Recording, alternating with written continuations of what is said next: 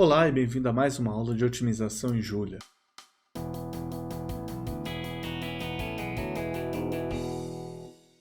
Ok?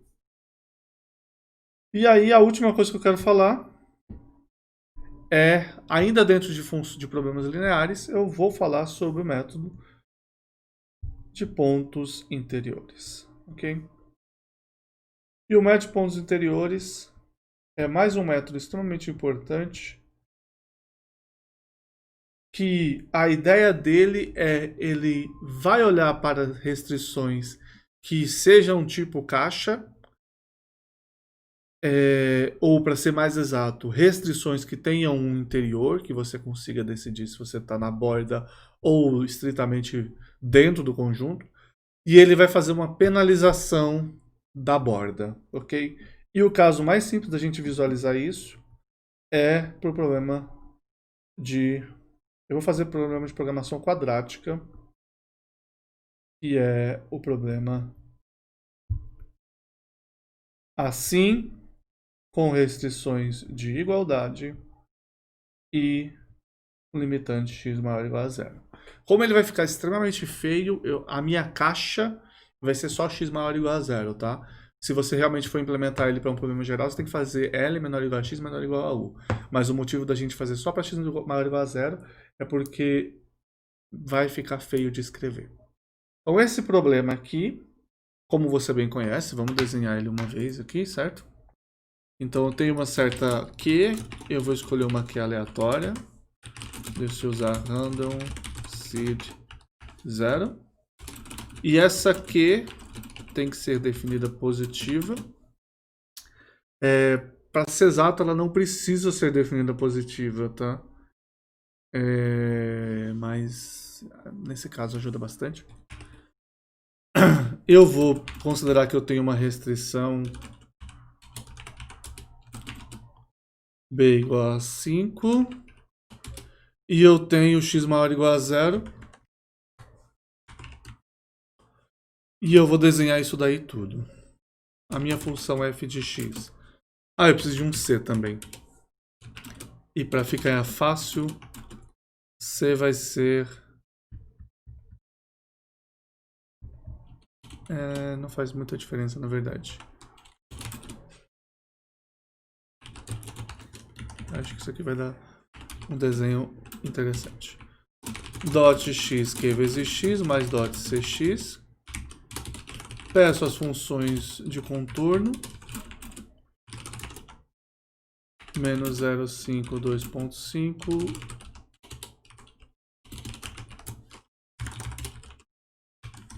Provavelmente vou precisar mexer um pouquinho, porque ela não vai ficar boa quadrada. A minha função é esta daqui. Sem legenda. Enquanto ele desenha, eu vou desenhar a restrição.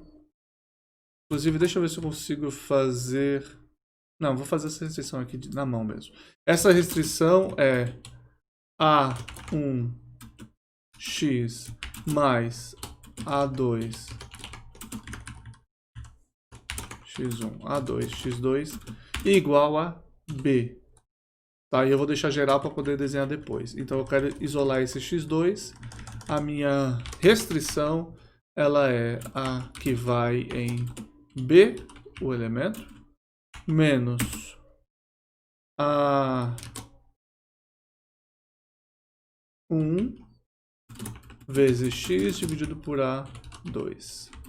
E eu quero desenhar entre o xg1 e o xgend, cor preta, line width 2. Então aqui minha função com uma restrição, certo? Aqui ela está muito inclinadinha. Eu acho que eu vou diminuir esse 5 para 3. E esse para 2. Ok?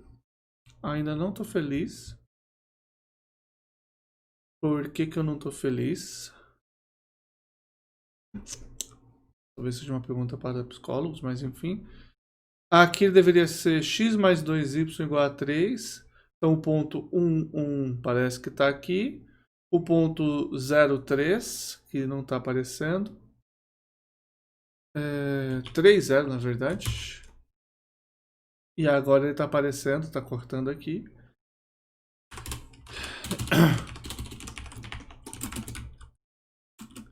Eu vou plotar o xg e 0 vezes yg e o 0 vezes xg e yg. Essa é a pior maneira de fazer esse plot, mas é a maneira mais curta de escrever. O meu conjunto solução está aqui dentro, beleza? Então eu queria fazer isso daqui. Meu conjunto solução está aí dentro. E se você estiver prestando atenção nessas aulas todas, você vai saber, para ser mais exato, meu conjunto solução ele está sobre esta reta, não está aqui dentro, falei errado, está sobre esta reta e tem que estar maior do que essas duas retas horizontal e vertical. Então ele está aqui sobre este intervalo. E se você está prestando atenção, você vai perceber que ele está por aqui, ok? Nesse ponto aqui, em cima da reta, ok? Beleza, o que eu estou fazendo com restrição. Vamos voltar. Esse é o nosso método. Quais são as condições de otimalidade? As condições são o gradiente da função mais o A transposto vezes o multiplicador relacionado às igualdades, menos z, que é o multiplicador relacionado a x maior ou igual a zero. Isso igual a zero. Segundo, você tem a factibilidade, e aí aqui eu já vou escrever assim. Você está percebendo que eu estou deixando x com x. E você tem a complementaridade. E como você está vendo, eu estou escrevendo como matriz vezes vetor, porque vai ser útil na hora de derivar isso daí, que você já está percebendo onde eu estou indo com essas coisas. Além disso, x e z tem que ser ambos positivos, ok? Então eu preciso encontrar alguma coisa que satisfaça tudo isso daí. Bom, isso é quase um sistema linear, certo? Não é linear por causa do xz. E como vocês sabem, eu poderia aplicar Newton para a parte de cima e focar aqui. O problema é, na hora que ele chega no zero, se o z é zero, por exemplo, ele está numa situação que ele está olhando para xi e zi, onde o conjunto factível é isso aqui. E tem uma quina. E aí, você tem uma quina nesse conjunto factível, ele fica péssimo, tá bom? Isso é uma restrição não linear, se você quiser pensar, né? Apesar da restrição não estar no conjunto, a condição que apareceu é uma coisa não linear. A gente não falou sobre isso ainda, mas o que você pode ver claramente é que o fato dele ter uma quina é péssimo para os negócios. Então, se você quisesse, por exemplo, você está nesse ponto aqui, num x e zi. O x é zero e o z é positivo. E a solução é aqui. Você vai tentar se mover para lá, ele vai mandar você se mover por aqui. E aí ele vai ter que conseguir chegar até esse ponto e perceber que ele tem que sair desse ponto. Tá? É uma situação complicada. Então o que o método de pontos anteriores faz, essencialmente, ele mexe nesse zero e ele dá uma empurrada desse zero para frente. Ele fala zero, não, coloca um valor positivo aí no meio. Como ele faz isso? Então eu peço que você preste atenção na função objetivo. Este x maior ou igual a zero aqui é o que eu vou afastar do zero, tá? Você vai fazer isso penalizando a proximidade do zero. E uma função que penaliza conforme você chega perto do zero é a função log. Então eu pego e trabalho com uma função quadrática e subtraio um parâmetro μ vezes o log de x. Aqui eu vou deixar sem abuso de notação dessa vez, mas eu vou depois abusar da notação. Somatório de ln de xi. Quando eu escrever só ln de x, o vetor, eu quero dizer somatório de ln de xi, mas eu gosto de abusar a notação, tá? Então isso daqui é o meu problema, onde eu removo as minhas restrições certo? De desigualdade. E olho só para o problema com restrições de igualdade. E esse problema com restrições de igualdade não tem problema de complementaridade. Eu posso minimizar esse problema com coisas de função não linear e igualdade. Por exemplo, se eu souber projetar no AX igual a B, eu resolvo esse problema assim. Na prática, no entanto, a gente não resolve ele dessa maneira. A gente olha para as condições que esse problema gera. E aí você tem as condições assim.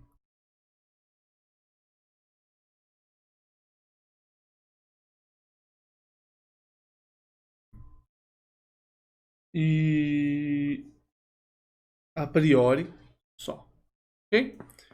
Então veja, ln a derivada é 1 sobre x, xão inverso é a matriz diagonal com 1 sobre x1, certo? E o vetor e é o vetor de 1. Então quando eu multiplico isso, xão inverso e é o vetor de menos 1. E aí eu tenho que resolver esse probleminha aí. Com um porém, no entanto, que é eu preciso que o x seja positivo estritamente.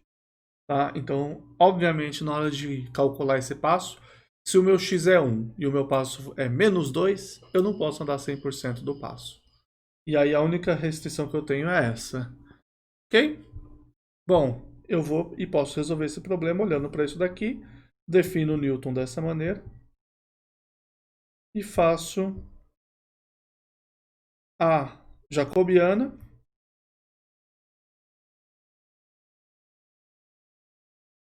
Okay? Derivada de x a menos 1 é menos x a menos 2, então ele vai ficar com mais μx a menos 2, agora é a matriz diagonal.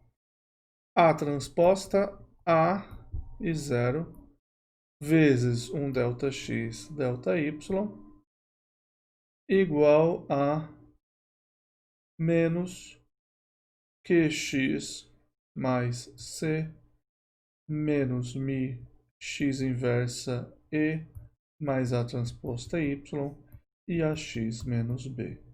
Isso daqui é uma iteração de Newton. Aqui vira um K, K, K, K, K, K, K. Parece ser o tio do WhatsApp, KKKKK, mas é só uma iteração de Newton, ok? E aí, como eu falei para você, eu preciso que o xk esteja estritamente positivo. E aí eu faço o xk mais 1 ser xk mais alfa delta xk com alfa, alfa k, com alfa k tal que xk mais 1 é positivo. Okay?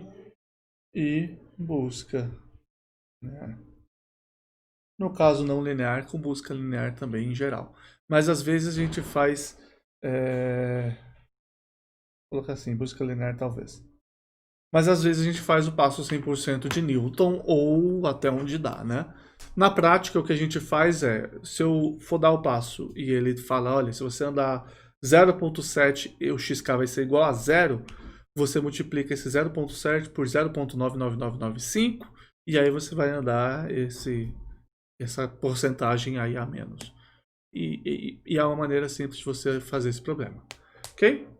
Você pode ter percebido, no entanto, que nessa brincadeira eu mudei o meu problema e não tenho esperança nenhuma de encontrar a solução que esteja numa quina, ok? Vamos só desenhar esse problema um pouquinho para você ver o que acontece se eu fizer isso aqui. Esse aqui é o meu problema atual, certo? Tá aqui embaixo. Agora eu vou escolher um valor de μ, 1, é interessante. Vou subtrair μ vezes a soma do log de x e vou plotar essa f. Inclusive aqui eu vou chamar de fmi para não apagar a f de cima. Ok? Plotei, ele deve dar um erro possivelmente. Por causa que ele não aceita aquilo.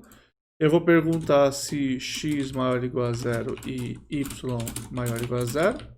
Se for isso daqui, é só uma interrogação. Se não, é none. E aí, assim, ele transformou nessa função objetiva aqui. Beleza? Então, se você olhar, a função objetiva tem um mínimo mais ou menos por aqui, certo? E a sua outra função é mais ou menos entre um pouco mais próxima do 2. E aqui está um pouco mais afastada. Por quê? Porque eu penalizei o quanto ele fica próximo daqui. Então ele me jogou mais para longe. Então na prática ele não acha exatamente a solução. Mas vamos dar o caso mais extremo. Em vez de ter a minha função aqui em cima, eu vou colocar que o meu C é menos Q vezes 0,2. Então, o meu minimizador é aqui em cima. Isso quer dizer que o meu ponto, o meu minimizador irrestrito é aqui em cima. Quer dizer que o meu minimizador vai ser este vértice ali. Levels igual a 50. Então, ó, vai ser bem aqui em cima. O menor ponto possível vai ser neste vértice. O que vai acontecer com a minha função agora? Ela está lá longe. Foi afastada completamente. Por quê? Porque eu escolhi um Mi, coloquei lá e falei, agora ele vai dar um jeitinho. Obviamente, se eu faço isso, não vai ficar muito bom. Então, o Mi que eu tenho que escolher tem que ser pequeno. Por exemplo, 10 a menos 8. E aí, quando eu escolho 10 a menos 8, ele consegue fazer isso. Tá? Com 50 cruz de nível. Ele vai e chega lá. Note que a restrição a X tem que valer. Então ele consegue chegar lá com 10 a menos 8. Eu quase não estou penalizando. E funciona. Então eu tenho um método que vai ser bom. Ou quase. E aí que entra realmente a dificuldade do método de pontos interiores. Porque tem sempre um ou quase. Tem sempre um agora vai ser bom. Ou quase.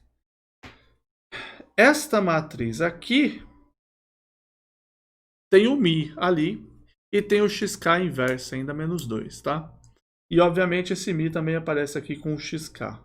Então, se o seu Mi for muito pequenininho, mas o XK vai para 0, ele pode explodir. Então, tem um controle a se fazer muito difícil aí para você conseguir andar e conseguir chegar no ponto. Se você está numa situação com um Mi muito pequeno e o X muito próximo do 0, você vai ter uma matriz muito mal comportada. Tá? Isso acontece, é uma das dificuldades do método. Então você precisa ter um controle nesse Mi, como é que você vai pegar ele. E a segunda coisa é que se você começa com um Mi pequeno, você tem mais dificuldade de chegar perto da solução. Então o que as pessoas fazem é um método que começa com um Mi, até um Mi 0 positivo, e você vai atualizando o Mi K mais 1 também. Então você tem uma mistura das duas coisas. Você faz um passo numa situação onde o Mad Newton vai ser super bem comportado, porque o Mi vai ser grande, ele não vai estar nenhum problema. Você calcula um passo, aí você atualiza o Mi, ele fica mais apertado. Você dá outro passo, você atualiza o Mi, dá mais apertado e dá outro passo, e assim por diante. Ok? O método, infelizmente, não é tão simplesinho de você fazer, mas a ideia continua valendo. Beleza? Note que aqui seria essencialmente você pensar neste caso de 1 dividido por x ao quadrado, a transposta, ponto e vírgula, a, e aqui vai ser 0. X não foi definido, eu não escolhi um ponto x. Vamos escolher um x como sendo o ponto 22, que ele está dentro da nossa visão. Ok? Então, essa daqui é a minha matriz atual. Ok? E eu vou resolver o sistema com a... Deixa eu chamar essa matriz de K. E o RHS, que vai ser o K vezes X mais C, menos Mi dividido por X. Note que você pode usar ponto barra X para você falar vezes X a menos 1 AE. Você pode aproveitar que você está em julho. vezes o y, então eu também não tenho o y vamos usar como sendo 0, já que eu não tenho. E a vezes x menos b, ok? E o meu passo delta xy vai ser este aqui. Esqueci de rodar isso. Ok? Então eu estou falando, no ponto 2.0, vá para menos 205. E com esse 2 vá para 047. Tá vendo? Ele já força você ir para lá. E o que acontece? Se você segue... Agora com 10, o mi está 10 a menos 8. O que acontece? Você tem que usar um... Eu vou fazer um jeito ruim aqui, porque eu não quero programar nada especial. Enquanto nx mais alfa vezes delta x... O delta x é o delta xy de 1 a 2. E o delta y é o delta xy 3 a 3. Tem que ser um vetor, tá? Então, quem que é delta x? Quem que é delta y? Para visualizar. Então, enquanto qualquer uma dessas pessoas for menor ou igual a 0, eu vou diminuir o meu alfa multiplicando por 0,99, tá? E aí eu vou fazer a atualização aqui embaixo. X mais igual alfa vezes delta x. Y mais igual alfa vezes delta y. Mas eu quero desenhar o que está acontecendo. Então eu vou pegar isso daqui. Vou colocar, depois que eu tenho x, eu tenho isso daqui. O mi também vai ser um mi inicial. Esses dois caras aqui são fixos. Eu vou desenhar tudo isso daqui. E eu vou desenhar o ponto X.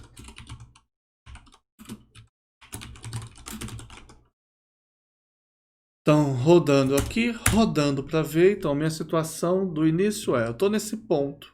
E aqui eu estou com o Mi 10 a menos 8, quase não tem penalidade. Ele vai ir para lá.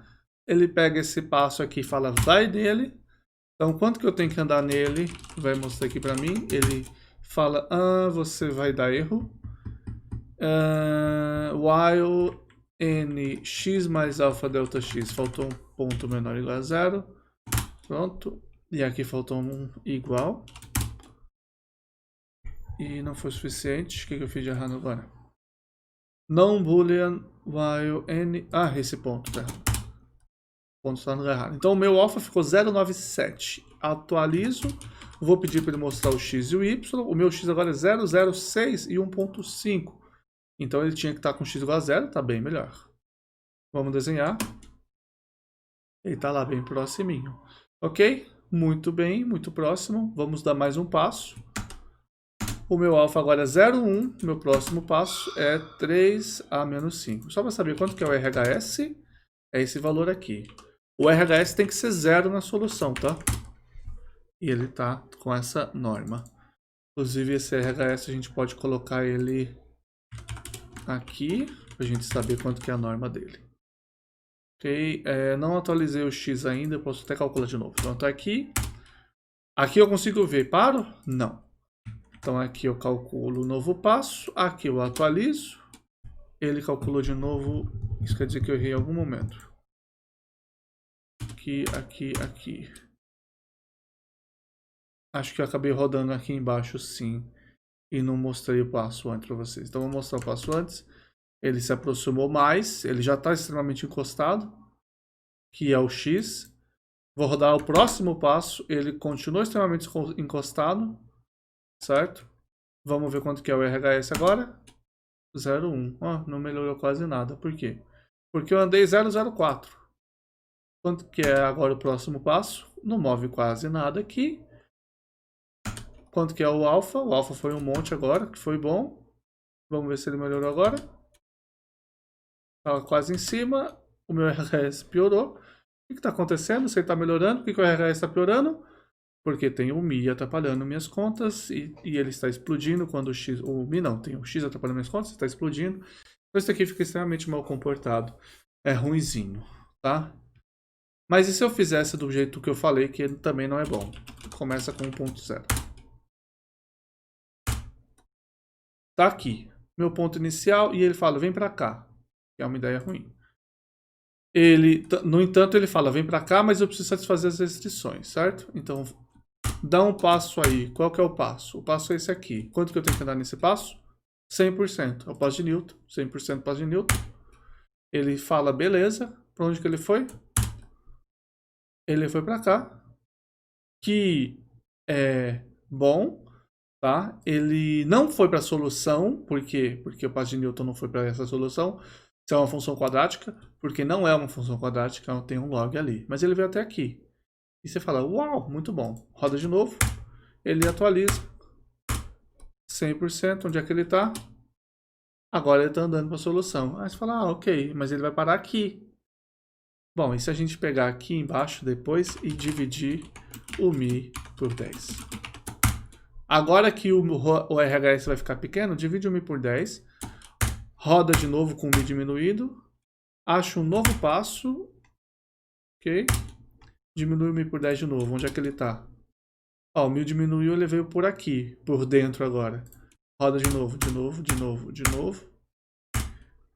Quanto que vai estar agora? Ele está por dentro de novo, próximo de novo. Roda aqui de novo. De novo, de novo, de novo. E de novo. Onde que ele está? Ele está mais próximo ainda. Roda de novo. Meu RHS piorou um pouquinho, mas aí paciência, não tem como fazer mesmo. E ele vai andando de novo e tá nessas proximidades. E é isso, sabe? Se você fizer com o Mi diminuindo, ele vem por dentro do conjunto. E se você fizer direto com o Mi final, ele vai sofrer mais. Ele vai dar uns passos mais próximos, mas ele vai encostar na borda, ele vai mais devagar. Ok? Na prática, no entanto, isso daí varia muito e existe muito estudo sobre métodos posteriores. É um método dificílimo de fazer funcionar bem, tá? Inclusive, em programação linear, ninguém usa métodos posteriores, a não ser quando você realmente, sabe, você fala, não, isso aqui é a situação clássica no métodos posteriores, porque o problema é gigantesco, que a gente quer usar só matriz, produto, matriz vetor, etc. Mas em programação linear, eles fazem programação linear para fazer programação inteira mista, e aí não é o caso. Então, a ideia do método posteriores é, em geral, essa daqui, que é você calcular o passo com um Mi grande, você limita o quanto você anda nesse passo, e você atualiza depois o Mi, e vai diminuindo o Mi sequencialmente, ok? Ideia muito geral do método de pontos interiores, mas é verdade, é mais ou menos assim que ele funciona mesmo, ok? É suficiente para você ir lá escrever e tentar resolver esse problema com pontos exteriores. As implementações de pontos exteriores são muito mais complicadas, mas eu queria chamar a atenção para o fato de que o que eu fiz aqui funciona para programação linear também, se Q for zero. Não existe problema nenhum de Q não ser zero nesse caso, tá? Q pode ser zero e o mesmo método que a gente viu aqui funcionaria para programação linear, tá? Beleza? Eu já nem precisava falar isso mais, mas eu senti necessidade. E o Z que eu tinha em cima e essa coisa que aconteceu agora e esse círculo vermelho? Por que você falou desse círculo vermelho e não tem nada a ver com o Z de antes? Por causa de estudar aqui. Este cara aqui, certo? Menos mi vezes x é menos 1.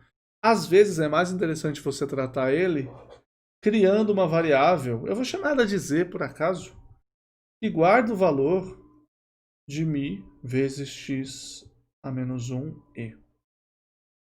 E se você multiplicar por x dos dois lados, você fica com x vezes z igual a mi vezes z. Isso quer dizer que xi é mi. E é aqui que você coloca esse mi aí. E é a outra maneira de você pensar em pontos interiores, tá? Então, o que eu vou deixar para você como exercício é, em vez de você trabalhar com este método de Newton aí, né? Você tem essa restrição. Acrescenta essa restrição que eu acabei de colocar, que você tem um z e que você tem a restrição x vezes z igual a mi vezes e. Então você tem aqui, no lugar de você ter isso daqui de cima, você tem z, e você acrescenta x vezes z igual a mi e. Antes era tudo linear, quer dizer, você tinha um xão ali, né? Mas enfim, você tinha só x e y, não era linear, falei errado. E eu tô falando que você acrescenta uma nova restrição não linear e vê se dá certo. Ok? E faz aí, vê o que acontece, vê pelo menos as contas. E aí eu recomendo você abrir o livro de PL e dar uma olhada se o que você tem lá é parecido com o que tem aqui. Beleza? Ok? Então se inscreve no canal, deixa um like e a gente se vê na próxima aula.